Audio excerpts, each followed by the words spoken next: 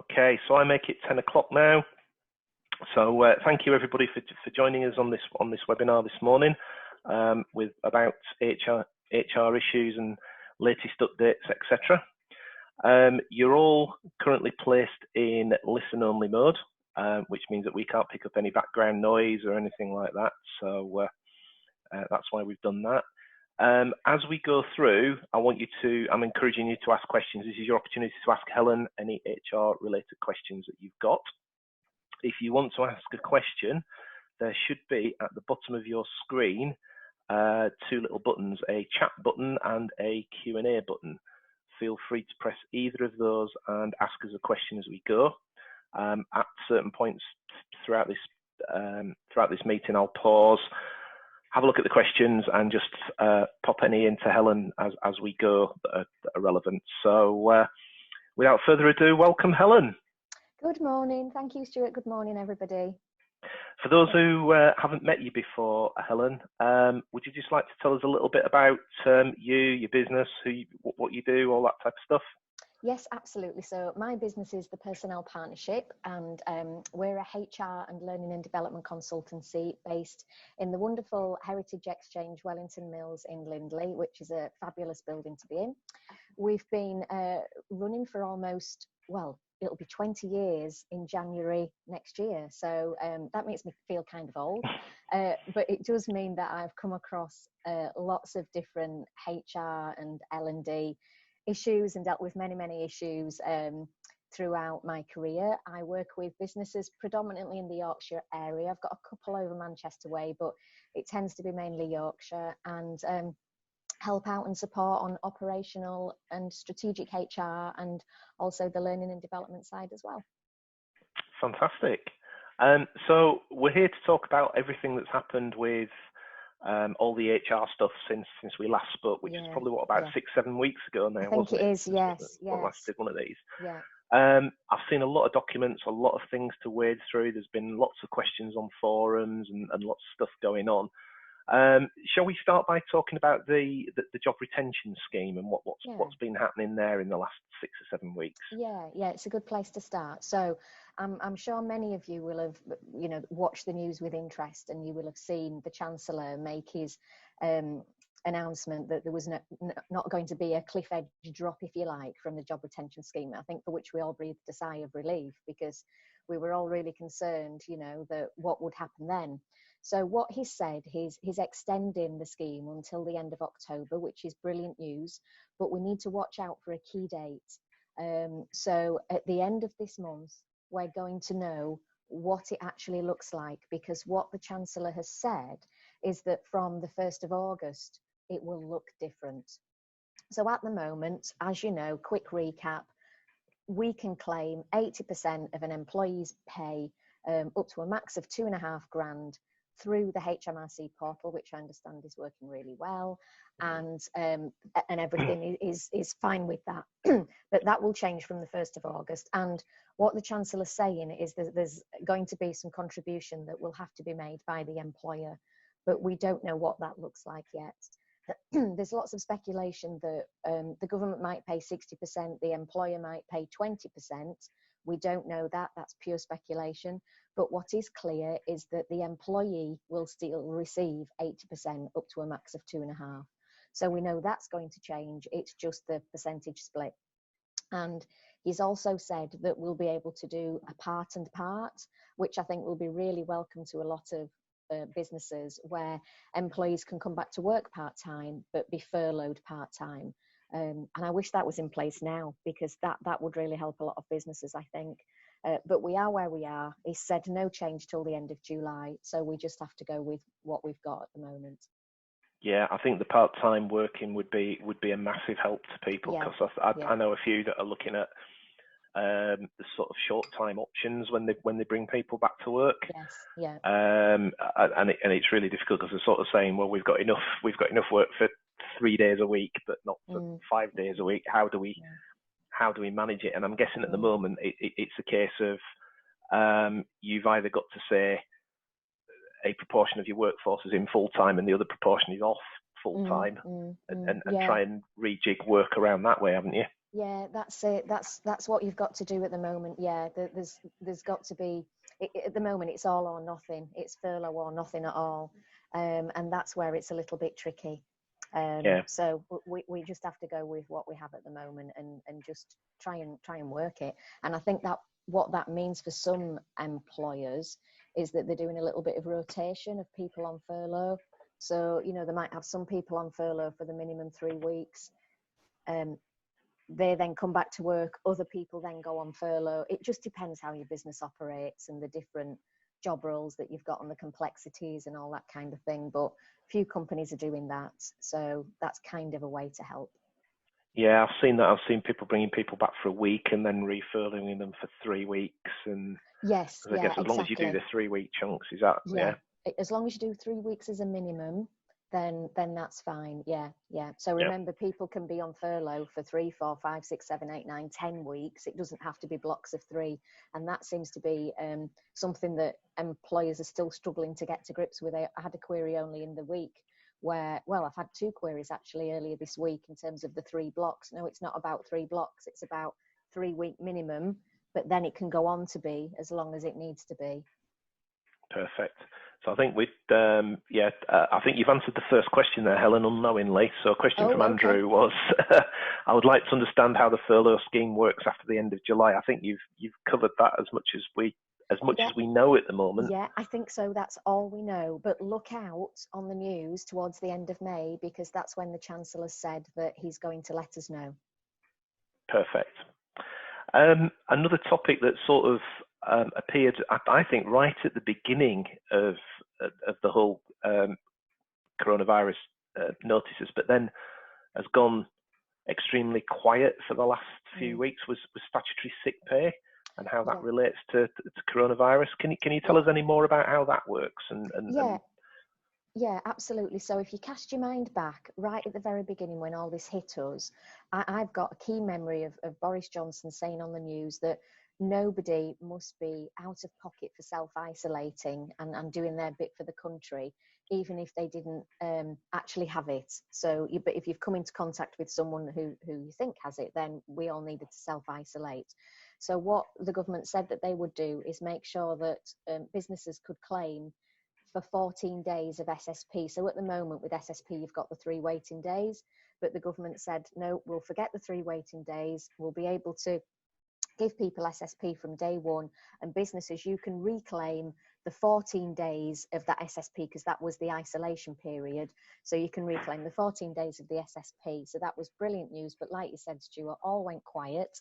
What we've heard this week, I've just done an email alert to my clients this week, that with effect from the 26th of May, companies will be able to go on to, I assume, another portal and claim that SSP money back. I mean, you might know more than me being a payroll provider, but we know that we can backdate it to the 13th of March.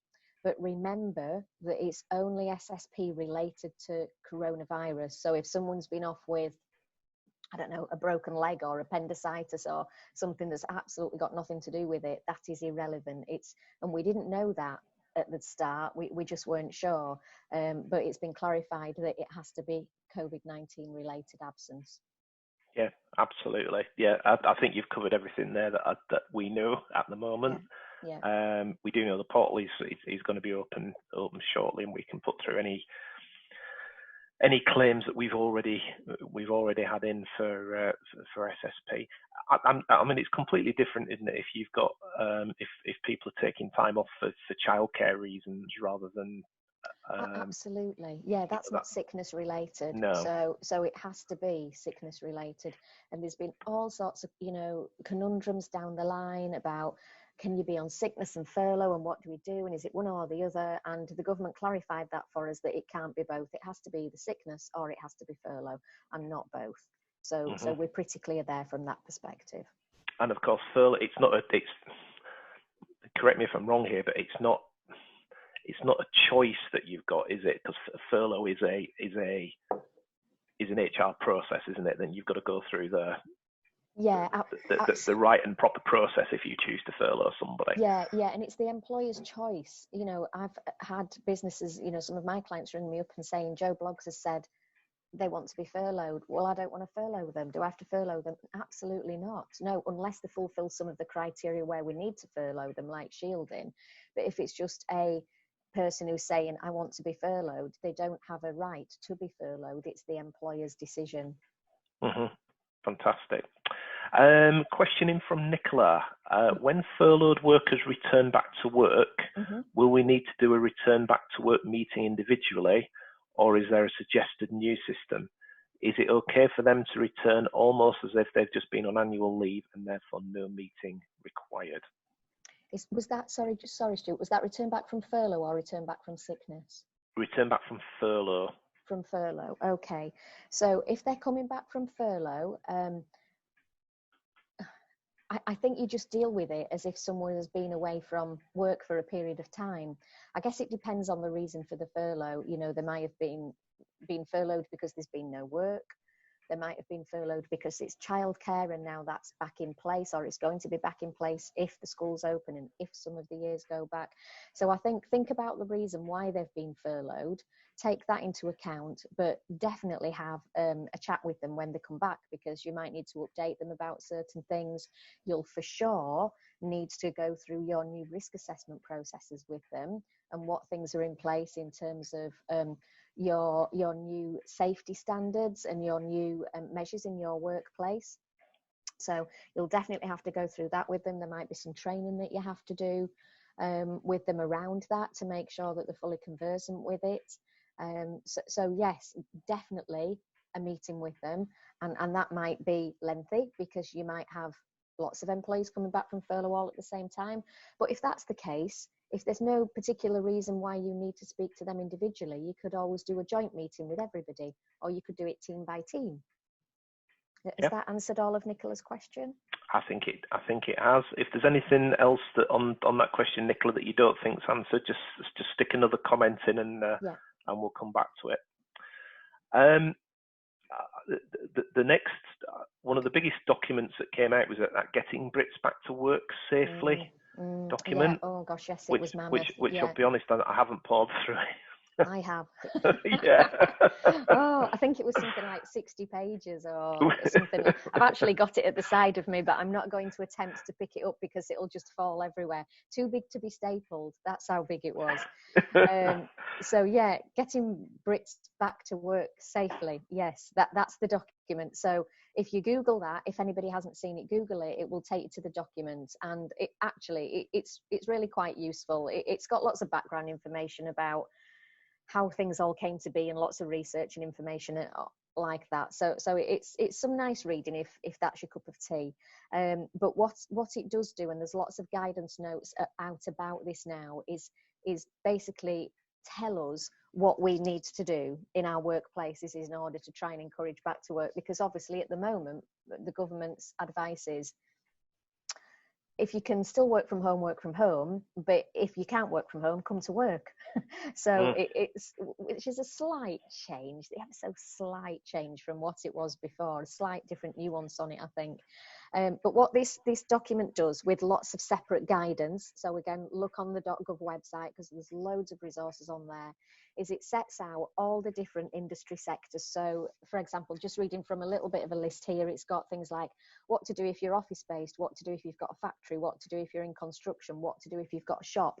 So there are 8 different areas of guidance. So go to your specific area of guidance, bearing in mind that if you're a factory, for example, you're a manufacturer, you may well have an office and a factory set of guidelines that you need to look at. So you might need to look at 2. So go to that guidance, have a look, see what it says. There's lots and lots of information on there in terms of risk assessments. The HSE website, which I very rarely visit, to be fair, because health and safety is not my area of expertise, but I've had a look. They've got some brilliant risk assessment examples on there. So if you're a little bit stuck, go have a look at those risk assessment examples. There's loads of COVID-19 specific risk assessments floating around. You'll be able to pick those up quite easily. There's also something called a COVID-19 secure notice. So if you'll fulfill all of the criteria that the government have asked us to fulfill by looking at these different industry specific guidelines, You can then print off your COVID-19 secure notice. I would suggest laminate it if you've got one and display it. And just a note of caution as well, the government are assuming, and they've said this, that any business that employs over 50 people will publish their risk assessments on their website. So, you know, if you didn't know that, that's a little bit of hidden kind of information in the whole raft of information that we've got. Just be very, very wary of that. So, or very aware of it. So over 50 employees have to publish your risk assessments on your website. Now, what sort of follow-up there's going to be with that, I really don't know. It'd be very difficult to police, sort of thing, wouldn't it? Unless I think so. But be aware of it. And this COVID-19 secure notice, it's basically an A4 page. And, you know, I'd suggest if you're ticking all the boxes, which you should be ticking, you know, to have people back in the workplace anyway, you know, displaying that in your reception areas. If you have visitors coming in at some point in the future, maybe display it in your factories, in your offices, that kind of thing. So just be aware that those, you know, those things exist. Okay, so this is all around social distancing in the workplace, isn't it, and sanitisation and all those sorts of things. Exactly, yeah. And it might be going a little bit further forward as well. You know, notices, tape on the floor, and lots more of other stuff. You know, because for example, if you're a manufacturer and you've got employees sharing different machines, you might need to think about, well, how's that going to work? You need to think about your high touch points. You know, light switches, door handles, bathrooms, kitchens, sharing machinery, sharing other things. It's massive, to be fair. So if you haven't started with your risk assessments, and again, can I just say this isn't my area of expertise, I would definitely say you need to be cracking on with them, but there's lots of resources out there for you to use. So this is a good question that I'm not sure we'd know the answer. Well, you might do. It's a film production company. Yes. And they film out on location at various other places. Yeah. Is there an onus on them as the film production company to do a risk assessment for being out on site somewhere else? If the film production company has employees, then the duty of care lies firmly with them. Yeah. Does that help? Yes, it does. So what we're saying is it's always our responsibility as the employer to make sure our employees are safe at work, no matter whether it's in a normal workplace or whether it's in a remote workplace. That might mean having to contact. I'm guessing here. Correct me if I'm wrong, but that might have to mean contacting the location that we're going to make sure they've got everything in place that they need to as well to help us with that. And absolutely, yeah, absolutely. Okay, we've got a couple of other questions on that as well, and I think you've already started to mention this. So this is an office environment. If we give people the option to come into the office or continue to work from home, and they decide to come into the office, I think that's probably quite important in the question. What do we have to do in the office to make sure we're fully compliant with social distancing rules? I.e., do we need to put tape on the floor, limit the number of people in the kitchen at any one time, and provide necessary cleaning supplies? All of those things. Yeah. So all of those things should be identified in your risk assessment and your action points in terms of the risk. Because again, caveat this, risk assessment's not really my bag, but what you're doing with the risk assessment is you're identifying the hazard, aren't you? What's the hazard? What's the risk? And then you're saying what you're going to do to try and avert that risk or that hazard.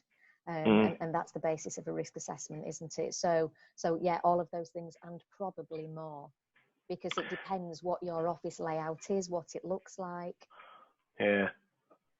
Printers, photocopiers, light switches, door handles, toilets, bathrooms, and loads of other stuff as well. Yeah, I've seen tape on the floor. I haven't seen, but people have told me they're actually getting a measure out, 2 meters distance, desk to desk, no hot desking. Yeah, those kinds of things. Yeah, all important. I think this is a good question, and one that might affect quite a few people actually. Communal areas in shared office spaces. Who who's responsible for, I suppose, the social distancing side of coming into the office in the morning and travelling through a shared area? Just sort of rests on every individual doing it, I'm guessing, but who's responsible for keeping it clean and sanitising and all that type of thing? Yeah, well, I imagine the landlord, because I'm in a shared office space. I've not been to my shared office space since the government told us we had to work from home, so I can't actually tell you what's happening in mine, but I'm making the assumption that because where I am, that they are responsible for the cleaning, for example, for keeping the offices clean, that they're doing that. But I don't know. I have to say, I don't know. I guess, like you said, Stuart, you've all got responsibility to do it yourself. And certainly in your own office, the office that you rent in that shared office space, you've got to think about that for sure. I think that's your responsibility because you employ those employees in that shared office space. So the duty of care lies firmly with you in that office space. But communal areas, I don't know, maybe it's a joint approach with the people who own the office and the tenants, perhaps. And I'd like to give you a real life example because I haven't been to my office for nearly 8 weeks. I don't know what's happening. I don't think anybody knows. I think that's the thing with a lot of this stuff.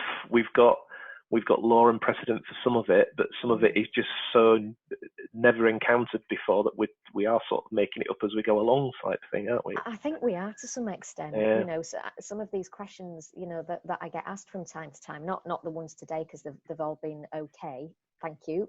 I haven't finished yet. Oh no! But some of the ones I get answered, I just think, well, this is what my gut's telling me. This is what common sense approach is. I've got no piece of paper to tell me that it's right or it's wrong, but it just feels right. So I think that we sometimes have to go with that as well. Yeah. Okay. So the next one was, will employees be able to sue us if they feel other employees are not adhering to social distancing rules?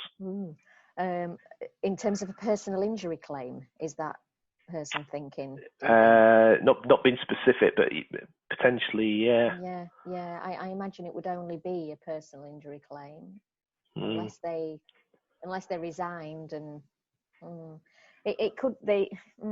It's a tricky one because I think what you've got to be clear as an employer is that you have everything in place that you need to have in, that we've already talked about. You train employees so that everybody knows what it means and what they have to do. And if for example, people are keeping 2 meters apart, it's very unlikely that it will be passed on, that COVID-19 will be passed on. And that's the advice that we're all hearing, isn't it? From the government. I've recently got a toolkit from my occupational health nurse that I use. She's been working on the toolkit in conjunction with the CIPD, which is my professional body. It's a brilliant toolkit. I was going to show you, but it's at the bottom of my pile. But that's got loads of brilliant advice and guidance in it. And that's available on the CIPD website and to us as HR professionals and probably wider. That's got lots of really useful stuff in by saying that, you know, if you do stay this 2 meters apart, because of the way that the droplets fall, it's very unlikely that we'll be passed on. So again, caveating this, because I'm not a health and safety specialist, I would say an employee is going to have a really uphill struggle to make a PI claim stick, to be able to point the finger and say, Joe Bloggs gave it to me because he came within ½ a metre of me when he shouldn't have done. Yeah. Because what's that employee doing outside work? They might go for a walk. They might go into a shop. So I think it would be a hard one to make stick. I agree totally. Totally. And actually, this was the second part of the same question, to be honest. Do we ask them to sign do we ask employees to sign a contract to say they agree with what we've done to the office and what we are asking them to do, and hence limit our exposure to any potential employee action? Well, I guess you need to think about what you're asking them to sign to, because what then if they don't agree to sign? You're going to get yourself in all sorts of, you know, faff that you don't want to get yourself into. So I would probably say, have your assessments in place, do the training and get people to sign to say that they've completed the training. I think that's probably a better way around it. That sounds sensible. That does sound sensible, yeah. And then they can't say that they've not received the training. Exactly. And Rather than getting them to sign something different, I think that's probably yeah. a better way of going about it, which will probably achieve the same aim. Right. All our staff have keys to access to the building and office in 24 hours a day. Should we take the keys off them if we feel they may come in without notification? Well, if you're limiting the number of people in your office at any one time, then I think you've got a couple of options. You either leave them with the keys and tell them they can only come in the office at agreed times with you, so that you know you're not going to suddenly get a deluge of employees coming in that's going to totally wreck all the fabulous risk assessments that you've put in place. You know, I heard someone yesterday, I can't remember where I heard it or read it, but someone was doing like a Google Calendar, you know, and so if people were coming into the office, say someone needed to be in the office for 2 hours on this particular date and time, they were putting it on the Google Calendar so that everybody else knew that they couldn't suddenly come into the office as well. So maybe having, you know, again, using tools that will help you do it, using online tools, things like that, maybe Teams, if you've got Microsoft Teams, maybe you could do things that way. However you do it, I don't think it matters, but I don't necessarily think you need to take keys off everybody, but of course you can if you want to, if you think that that's a good option. But maybe having something communicated and agreed in advance might be a better way. Whatever suits you, I think, with that one. Yeah, absolutely. And you're probably going to have to take your own employees at face value as well, aren't you? And it's at the end of the day, they're not going to want to increase their own risks by not adhering to your rules, are they? Yeah, exactly. I would have thought so. Yeah. Right. Let's move on and start. Can we talk briefly about testing? Testing, yes, Yeah, that's right. Testing process. Testing process. So you'll have seen on the news a couple of days ago, I think it was, wasn't it? Maybe the beginning of the week, where we were told that anyone now over the age of 5 can be tested if you have symptoms. So no point at all rocking up if you do not have symptoms to a testing centre.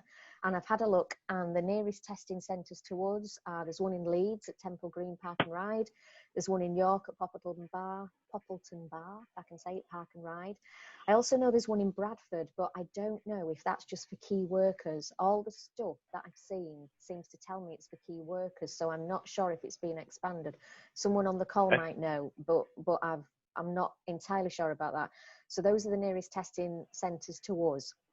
So what I'm suggesting to all my clients, and I'm currently in the process of writing a flow chart, which has got me thinking about 7 o'clock this morning, is really encourage people to take tests.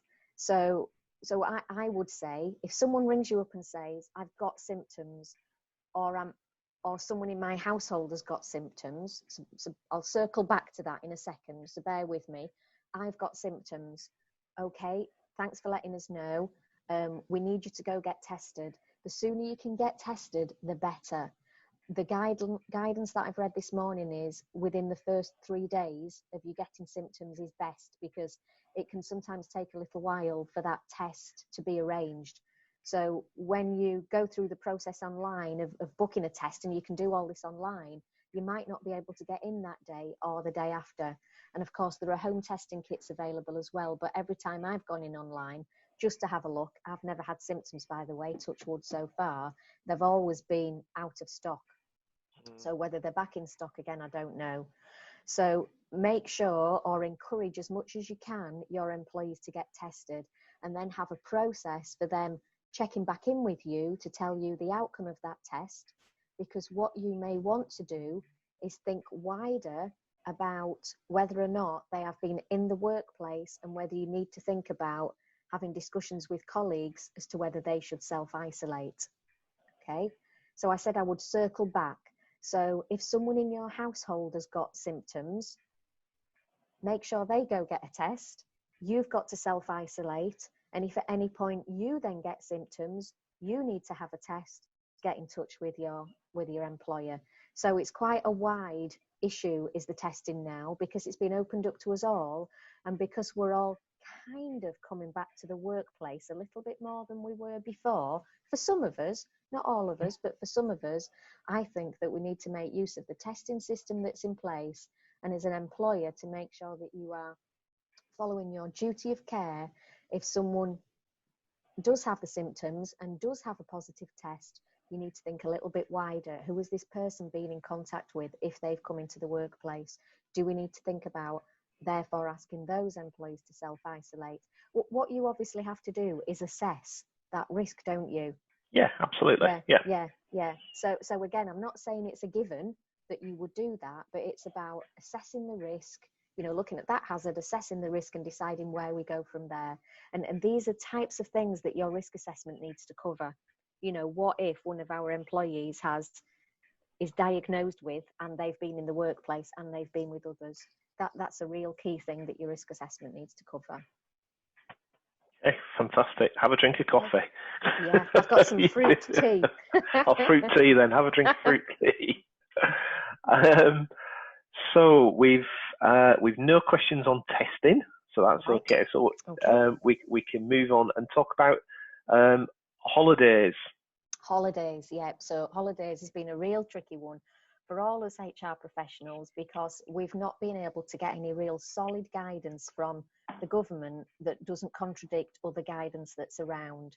So we had lots of thoughts and ideas on what we thought we could do around holidays, and ACAS were telling us one thing and the government guidance was perhaps telling us something slightly different. So it was really hard for us all to give our businesses, our clients, some really solid advice. But government guidance came out, I think it was last week, about holidays. So have a look on the government website if you want to find out the absolute latest, if you like, and read through the guidance document, but I can give you a little précis.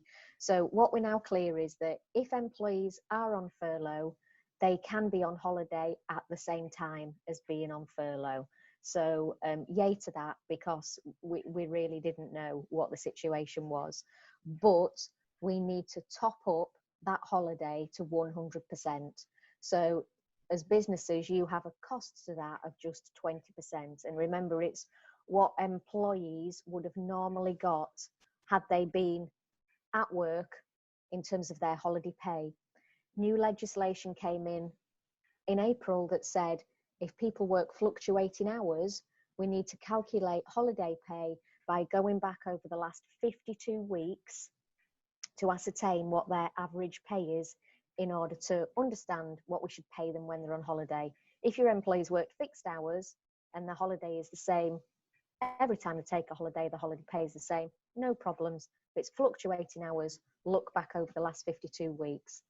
So that's in a nutshell. It becomes slightly more complex if you force or require employees to take holiday, because let's face it, we started this process back in March, didn't we? I've lost the plot. Yep. It was March, wasn't it? Mid-March. It was March. And now the job retention scheme has been extended to October. So if you're going to have employees that are furloughed for 6+ months, then that's a lot of holiday entitlement, isn't it? It would never normally be a situation that I'm aware of where employees would go for a 6-month period without taking any holidays. So what I'm suggesting to clients is that they agree, and this is the key word, agree with employees that if they've got pre-booked holidays, they still take them. We're sorry about the lockdown. We're all in it together. We understand. We're sorry you can't go to Greece or Cornwall or just have a week off doing what you'd want to do. It's where we're at. So agree with employees that any pre-booked holiday is still taken as normal. Agree with any holidays agree with employees that any holidays that are due to come up, if you like, that we haven't yet got to, are taken as normal. And then consider, employers, whether or not you want to require or force some employees to have holiday. And you can do that by giving them double the length of notice. So if you want them to have a week, you need to give them 2 weeks notice, for example. But the government guidance does say that you have to consider whether or not really this holiday is meaningful, whether or not they can have rest and relaxation. I don't know whether anybody's relaxing at the moment, to be fair.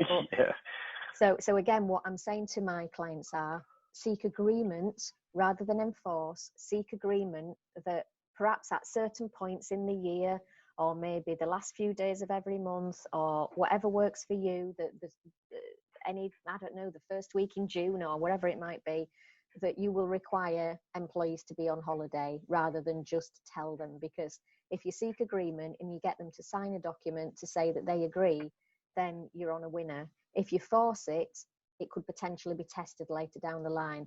Although some lawyers are very clear that you can force it, some lawyers are sitting on the fence and aren't very clear. So I'm always, if it's not clear, just err on the side of caution. And in my experience, employees are comfortable with it and are doing it. So it's happening. But if you haven't thought about holidays, have a real think about it, because you can put that holiday money through the job retention scheme. 8%, max of £2,500. Why wouldn't you? Yeah, you've only got to pay the little bit on top, haven't you? Exactly. Yeah. So why wouldn't you? Yeah. Have we still got that carry forward provision? Yeah, absolutely. Good point, Stuart. Yeah, the government have said we can carry forward leave for the next 2 years, which is fine. So if that suits you better, that's absolutely fine. But remember, it's the first 4 weeks of annual leave. So it's not the 5.6 weeks that you can carry forward. It's just the 4 weeks. But that's, if you already give your employees more than the statutory minimum, that's a lot of holiday to be carrying forward. Yeah. Yeah. Well, you've got to think about the productive time that you're going to lose as well out the other side, haven't you? Because it's somebody having a week off now while they're on furlough. Yeah, it costs you 20%, but you lose no output. Somebody has that extra week off this time next year. You're actually, you could be affecting the output of your business as well. So you're going to have to build all that in and think about that, aren't you? Now, we've got a few questions on this one. Okay. Popular topic. So, James, could we enforce a further Christmas holiday closure to use holidays in December? Currently, 4 days have to be taken, but could we enforce another 5 days so we close a week earlier, say on the 16th of December? I don't see any problem with that at all. As long as you give them due notice, then that's fine. So you're basically extending an already shut down office, if you like, at Christmas. You're just extending it for a bit more, as long as you give due notice. I mean, talk to your employees about it now. Communicate with them now. It's the best thing to do, and say, look, bearing in mind all the circumstances, this is what we intend to do. Does anybody have any objection to it? These will be the dates. Seek agreement if you can, because I think that's better than forcing it. But if you want to force it, then force it. Right. Next one, Andrew. You may have actually already answered this, but I'm just going to read it out anyway, just to make sure we have done. What does an employer do if employees don't take any of their holiday during this year? Do our standard T's and C's of employment still work, or are we forced to pay them for their leave allowance undertaken? Or can we make them take holiday? I think you've already covered that, haven't you? They have to take holiday.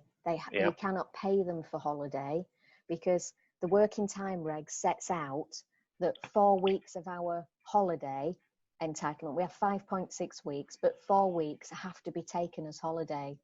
So you can't.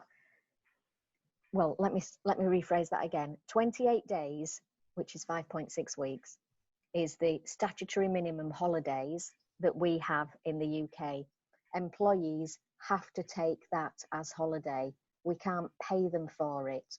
But if you give your employees more than the statutory minimum, say that you give them 30 days holiday a year, you could potentially pay them for those 2 days, but the 28 days, they have to be on holiday. You can't fall below that. Yep, makes sense. I understand that. Al, we will likely consider returning to the office as voluntary. Should we protect ourselves by getting those who return to sign something to say they agreed to come back? I am thinking of possible lawsuits. I think that's in line with the question that we were talking about before with the risk assessments, wasn't it? I think it is. Yeah. So I think if they volunteer, we'll consider returning to the office as voluntary. So those who volunteer to come back should go through the risk assessment training process, and as a result of that, sign the risk assessment training program off that they've done it and understand it, and they're going to adhere to it. I think is that right? Yeah. I'm saving your voice a little bit. Thank you. Andrew's asked here, I thought the 2-year carry forward was only applicable to certain key workers. I think it's applicable to everybody, isn't it? Yeah, I saw that message pop up, and then I began to doubt myself when I saw that message pop up, and I was thinking, I think it might have been to start off with, but my understanding is that it was then said it could be for everybody. Yeah, so, I think it applies to everybody. Yeah, I think it might have been to start off with, Andrew. I think you might be spot on there, but I think it was clarified and the government said, no, it's everybody. But I absolutely will be corrected if I'm not correct. But that's the basis that I've been going on. I think it's, if any business has been affected by COVID, then we can do it. And I think most businesses have been affected by COVID. Oh, he's saying, I haven't seen any other guidance saying otherwise. I'll find out then. I'll find out for sure and get back in touch with Stuart, and he can maybe message out. Nicola, if a worker takes annual leave, but a furloughed worker does not take annual leave, we decide to close at Christmas, but the worker now does not have enough annual leave to cover this. Is there only concession to be given? Seems unfair that the worker who has not been furloughed has had to use annual leave during this stressful time for mental health reasons. Well, that's scoping into something else actually there, isn't it? If it's mental health. That they should be potentially on sick leave as opposed to taking holiday. That sounds like a bit of a complicated scenario that I probably can't advise on this call, to be fair, because I'd need to go back to the beginning and understand why he took holiday instead of being on sick. Probably because of the pay element, I would imagine, but I don't know. I think Nicola, if somebody's got mental health issues and is using holiday of it, you probably need to seek very, very specific advice, don't you? Is that fair, Helen? Because it's I think it is, yeah, absolutely, because if they're not well enough to come into the workplace because of mental health issues, they shouldn't be taking holiday. So yeah, okay. Charlotte's asked, I might have missed this, but is carrying a holiday over optional, as in the employer doesn't have to allow this? Absolutely. Cool. I like that one-word answer there, Helen. I do. Nice one, Charlotte. Yeah. So everything. Shall we talk about home working? Because that's obviously we've talked about getting people back into the workplace, but we've been thinking very physically about having them actually turning up to an office environment. What about home working? What's home working? Yeah. So because we all had to work from home, well, not all of us, but some of us had to work from home very swiftly. I imagine that a lot of people didn't have things in place in terms of home working policies. And even if you did have a home working policy in place, it might not have covered people who all of a sudden have to work from home and everything that goes with it. So just a few guidelines really. If you've still got employees working at home, check in with them, make sure the workspace is set up nicely. I'm working at the kitchen table alongside my 10-year-old who's doing homeschooling. So, is my workplace set up properly? Probably not, but I'm my own boss, so I don't need to worry about that. Make sure the workspace is set up properly. Just be mindful in terms of working hours and flexibility. A lot of people are trying to juggle the homeschooling and the working from home, and it's not easy, is it? So hats off to all of you who are doing that. And I'd just say, as an employer, just be mindful that employees are probably having to juggle a million things at the moment. So be a bit mindful of that. I like to think employees are maybe measured on output as opposed to the time that they're present sat at their desk. So think about that as well. Practical things. There's a YouTube video that you can watch if you just Google in YouTube. If you go into YouTube and look at how you set up your desk nicely, there's a little video you can watch that makes it easy. HSE have got some nice guidance on their website. Think about any property that's provided by you. So if you've given them a laptop, all those other things, make sure that they know that that laptop can't be used by anyone else, that it can't be used for your personal stuff. You know, for example, you don't want your 10-year-olds doing their homeschooling on a work laptop. Make sure it's kept safe. Think of all the data protection stuff. We can't possibly cover every single little thing, but you know, those are key points to think about, and it might be useful for you to just set out some guidelines and send them out to your employees that are still working at home, so that you've been clear in your guidance and your instruction. Absolutely. Thank you, Helen. That was very comprehensive, actually. That was really comprehensive. Oh, good. So Andrew's come back here. He's put employees may carry over up to 4 weeks of unused annual leave into the next 2 years if it's not reasonably practicable for them to take some or all of their holiday to which they're entitled due to COVID-19. Yeah. And he's just extracted that off a legal website. So you were right.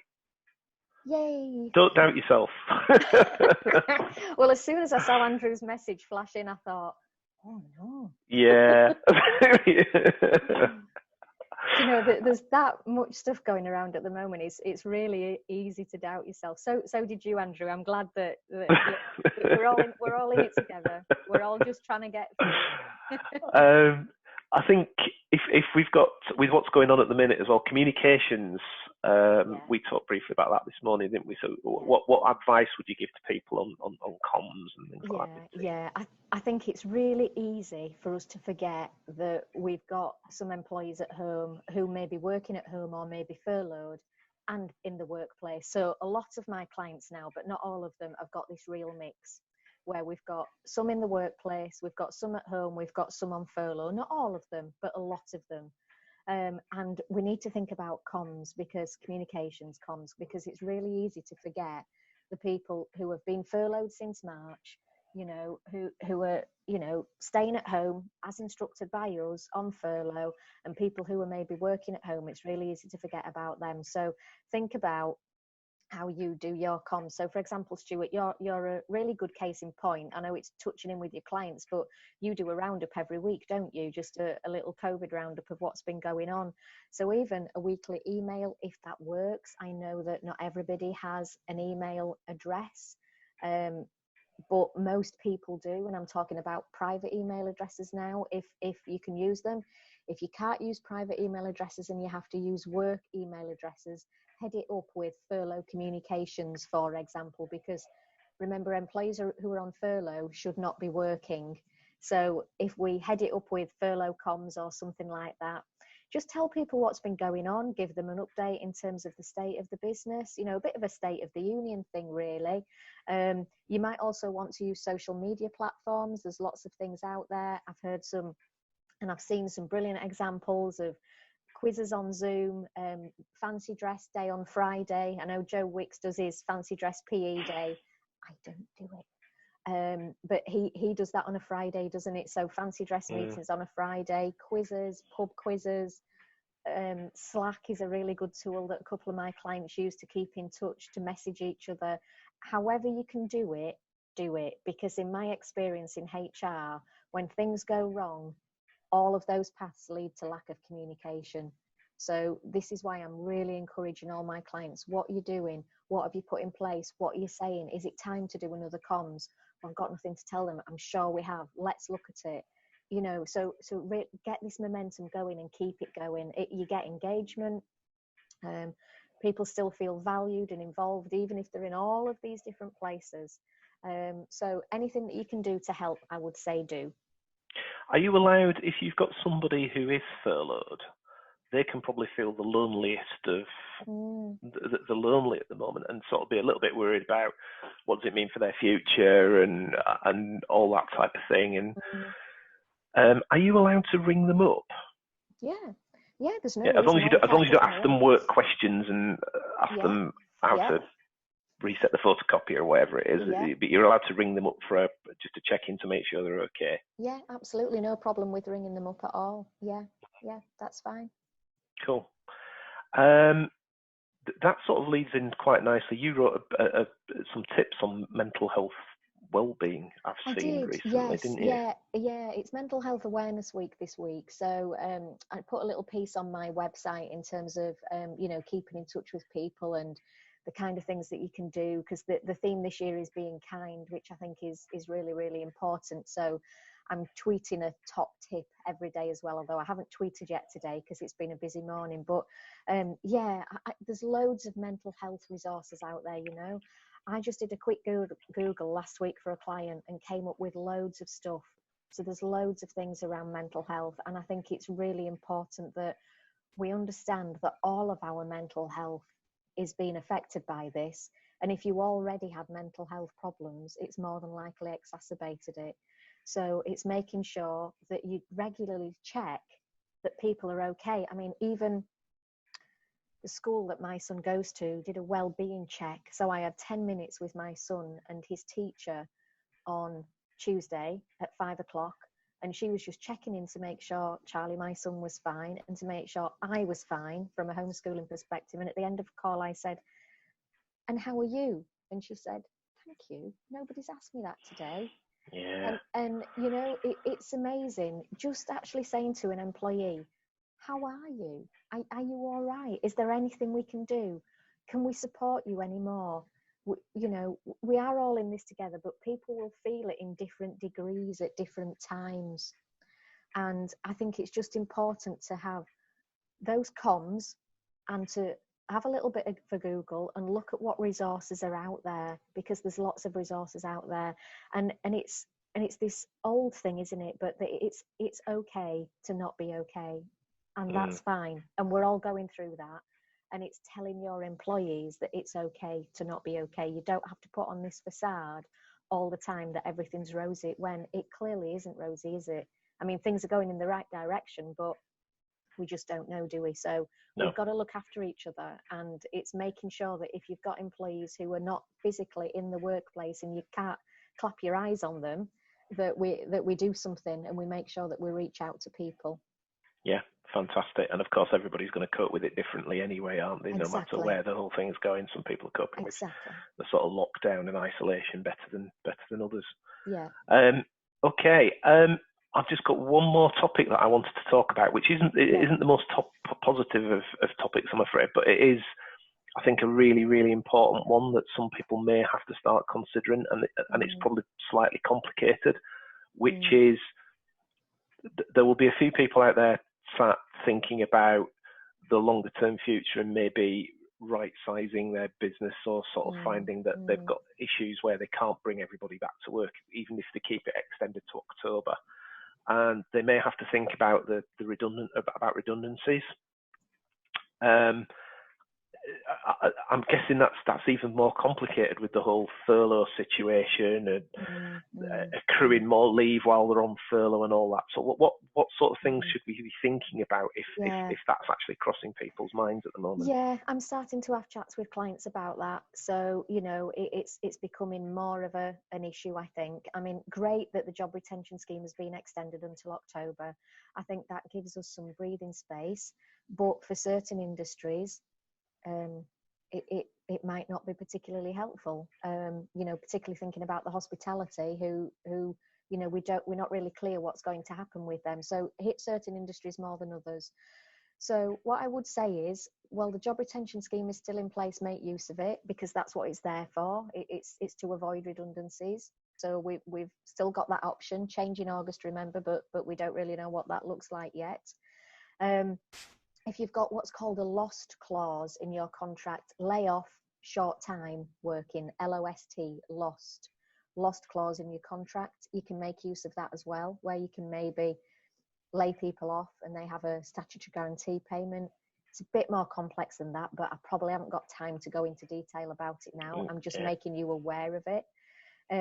If you are thinking that redundancies are going to be my only option, you need to be clear how many you think you're going to make. If it's less than 20, that's good, because we don't have to enter into what's called collective consultation. So if it's less than 20, we just consult with people as and when it's practicable to do so. So that makes it slightly easier. We don't have to elect reps, and we don't have to do all sorts of things that we would have to do if we're proposing to make more than 20 redundant, and we don't have any set timescales in terms of notice periods where we do once it gets over 20. So that magic number that you need to keep in your head is, am I proposing to make less than 20 people redundant or more than 20? If it's more than 20, you're into a different process. If it's more than 20, I would seek advice because it gets complicated. If it's less than 20, things are still emotionally difficult, but from a process point of view, a little bit easier because we don't have this collective consultation process in place.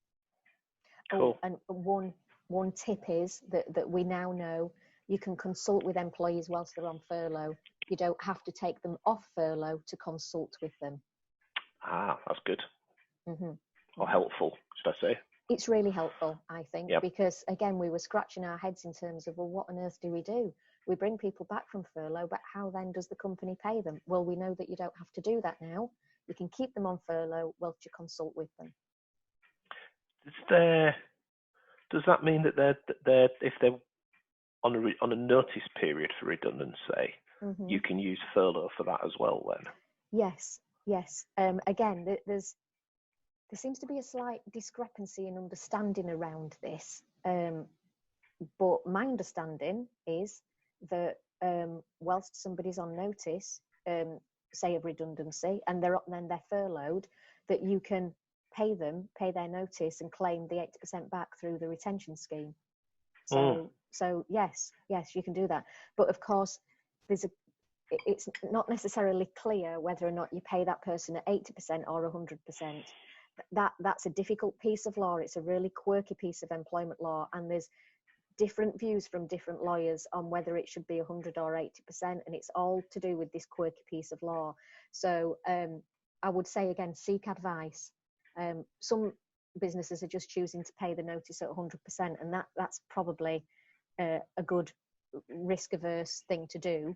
Yeah, but safer, isn't it? Yeah, safer for sure. Yeah, but I would definitely say take some advice on that, because we just need to look at all the circumstances in the round. Okay, cool. Well, we've no more questions in, Helen, and we've done just about an hour now. So Okay. your voice must be getting worn out now. It's all right. So the only last question I've got for you is, how do people get in touch with you? Okay, if they want to get in touch for some advice, they can give me a call on my mobile 07808 064 099, or email me helen@thepersonnelpartnership.co.uk. Thank you. So all that remains from me is to say thank you ever so much for your time, Helen. That's been really valuable. Some fantastic information that you've shared there. So really grateful for that. Thank you to everybody for turning up. Actually, somebody's just pinged something there. What does that say? Oh, it's a thank you, so that's okay. You're welcome. So I'm sure I'll speak to everybody soon. And thank you again, Helen. You're welcome. Thanks a lot. Bye, everybody. Bye, all.